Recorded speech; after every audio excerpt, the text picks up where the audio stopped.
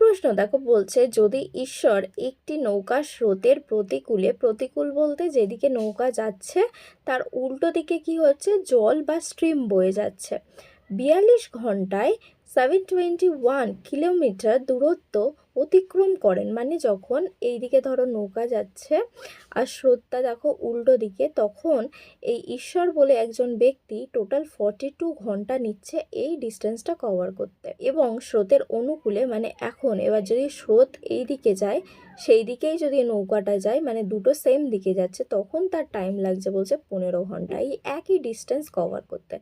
তবে স্রোতের গতি নির্ণয় করুন। তাহলে স্রোত বা ওয়াটারের স্পিড কত সেটা জিজ্ঞাসা করা হয়েছে। এই স্রোতের স্পিড বা ওয়াটারের স্পিড মনে রাখবে, এটা সমান সমান হয় ডাউন স্ট্রিমের স্পিড, মানে হচ্ছে যখন অনুকূলে যাচ্ছে যেই স্পিডটা সেটা, মাইনাস আপস্ট্রিমের স্পিড, মানে হচ্ছে যখন প্রতিকূলে যাচ্ছে উল্টো দিকে যাচ্ছে, ডিভাইডেড বাই 2 করলেই উত্তর চলে আসে। আচ্ছা, বেসিক ফর্মুলা যেটা সেটা নিশ্চয়ই তোমরা জানো, কি distance equal to speed into time হয়। এবার এখানে স্পিড বের করতে হবে ডাউন স্ট্রিমের, তাহলে স্পিড সমান কী হবে, ডিস্টেন্স বাই টাইম।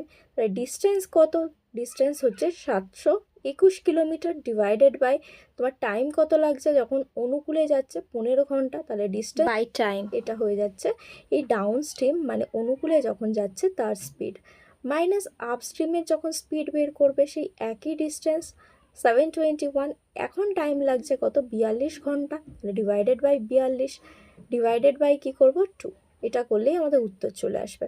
এখানে দেখো ক্যালকুলেশন করার সময় 721 কমন নিয়ে নাও, তাহলে 721 ডিভাইডেড বাই এই 2টা কমন নিয়ে নাও, তাহলে কি পড়ে আছে 1/15 মাইনাস কত 1/42। এটাকে যদি তোমরা ক্যালকুলেট করো একটু, তাহলে 721/2 মাল্টিপ্লাইড বাই 42 মাইনাস 15 মানে হচ্ছে 27, ডিভাইডেড বাই দেখো 15 ইন্টু 42।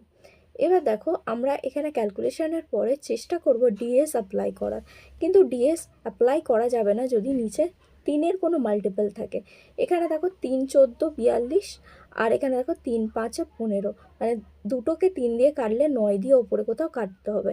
এখানে দেখো 3 9 27, এরপরে দেখো 8, নিচে কোনো তোমাদের 3 নেই। 3 নেই যখন, তাহলে আমরা এখানে ডিজিট সাম অ্যাপ্লাই করতে পারবো। দেখো 5 2 10 মানে 1, আর এখানে 4 1 5, মানে নিচে কি আসছে, ডিএস 5 আসছে। যখন নিচে 5 আসে ডিএস, তখন আমাকে কি করতে হয়, ওপর নিচে 2 দিয়ে মাল্টিপ্লাই করতে হয় আর নিচেরটা ভুলে যেতে হয়। তাহলে নিচেরটা এবার ভুলে যাবে। তারপরে দেখো এখানে ডিএস কত হচ্ছে, 7 + 2 9, এটা বাদ দিয়ে দাও, তাহলে 1 1 × 3 × 2 মানে 6, মানে যে উত্তরটা হবে তার ডিএস কত হবে 6।